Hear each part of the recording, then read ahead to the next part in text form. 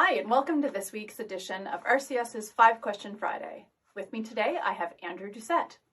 Welcome, Andrew. Thank you, Dina. Great to be here. That's great. Great to have you. Can you tell us, first of all, let our viewers know a little bit about you by saying what you do at RCS? I am the Director of Construction for RCS, and on the leadership team. Tell me, how did you start at RCS?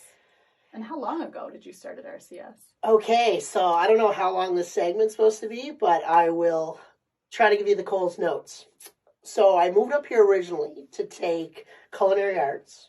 I knew pretty quickly that that wasn't going to be my career path, so I kind of, I'll say dropped out, but I like to say I chose another path. So while I was taking culinary arts, I was actually mowing Doug's lawn. You know Doug Doucet, our president? I've met him, yeah. So I was mowing his lawn every Sunday to make a couple extra bucks. And one Sunday I went over there and he said, okay, you're out of culinary arts school. What are you going to do? And I said, I'm not really sure yet. I applied for a job at Old Navy.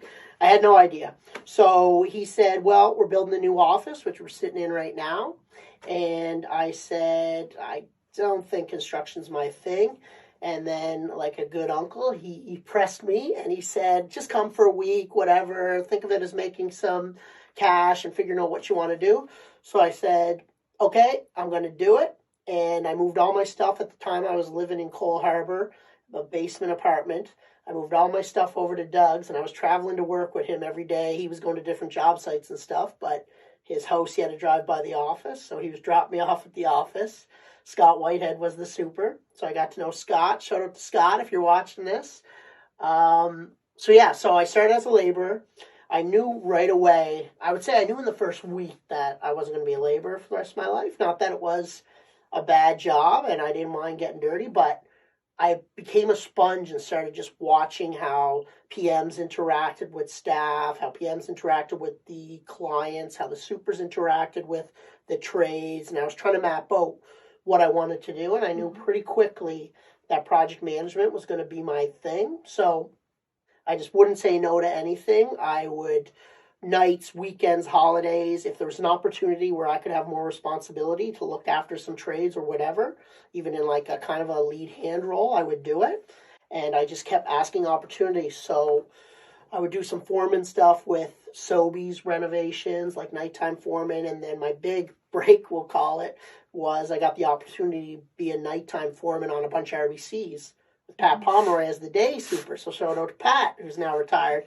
And he really let me kind of be the guy at the end of the night, or be the person at each night and deal with the trades and put out fires and get through it. So I did about 5 or 6 of those, traveling around Atlantic Canada, working crazy hours, because back then the banks would all be closed at 5 and then closed for the weekend. So that was the only time we could get in there to do the renovation. So it was really just nights and weekends. Holidays were the big times to get things done, because we had the biggest gap of window to like take up the floor and get it back for that Monday morning.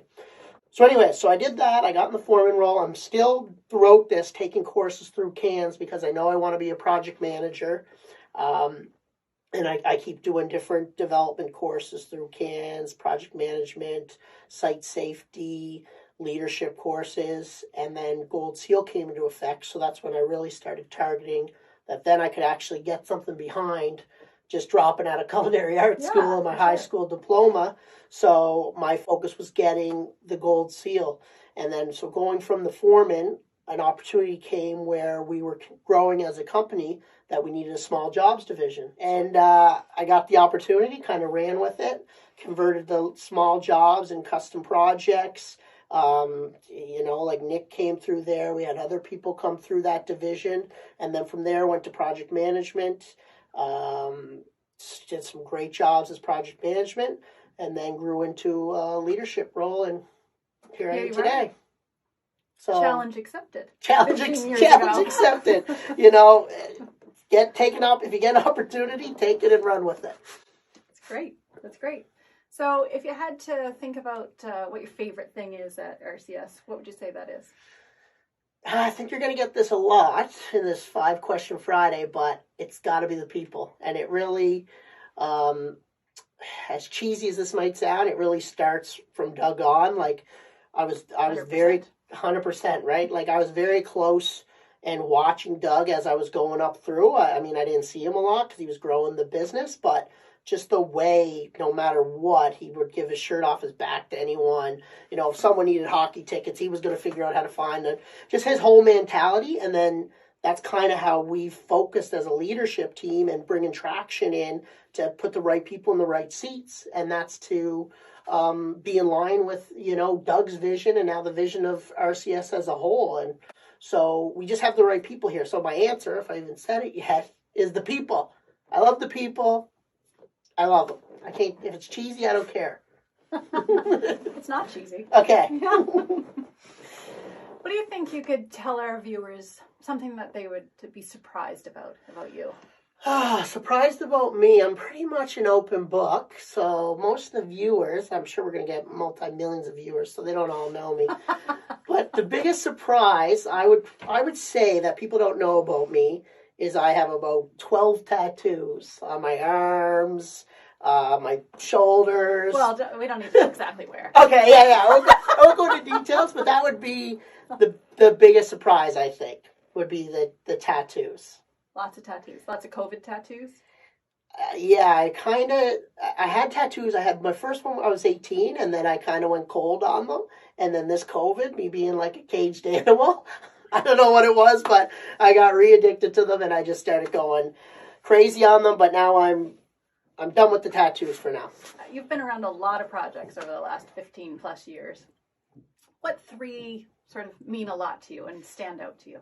3 projects. So that's very tough because I don't want to offend anyone. We have a lot of unbelievable clients. But the 3 projects that I would say kind of touched me the most, or the most that I kind of think about, would be, the first one has to be Touch of Gold.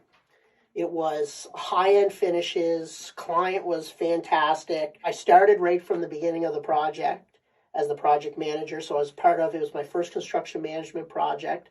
So I was a part of the design phase.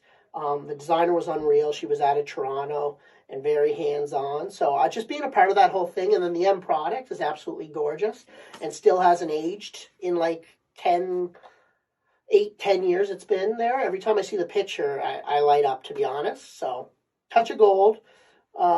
Second, and these are in no particular order, the one that sticks, like, honestly, I'm attached to like almost all the projects now, but one that really sticks out to me would be the Seaport Market. Just the fact that I remember it was a huge deal because we weren't even supposed to be on that list because it was all national contractors, like our competitors today, but maybe not at that time. So then when we actually landed the project, it was a huge deal. And third is tough. It's hard not to go on the Sobeys. I've done so much Sobey stuff and love dealing with those guys and girls over there. But I got to go with El Mercado. Because El Mercado, like Touch of Gold, I was involved right from the onset of the project, part of the design phase, worked a lot with Stephanie Bertozzi, which was a huge deal. She's an amazing visionary. So again, the finishes in that place were awesome. Dealing with Hawken at the time, who's now a great client, great friend. Dean was involved in that time. And just, I love the look of that restaurant, and I love how it turned out, and I loved how it was a complete collaboration from start to finish to have the opening night. So, yeah, I'm going to go with Seaport Market, Touch of Gold, and El Mercado.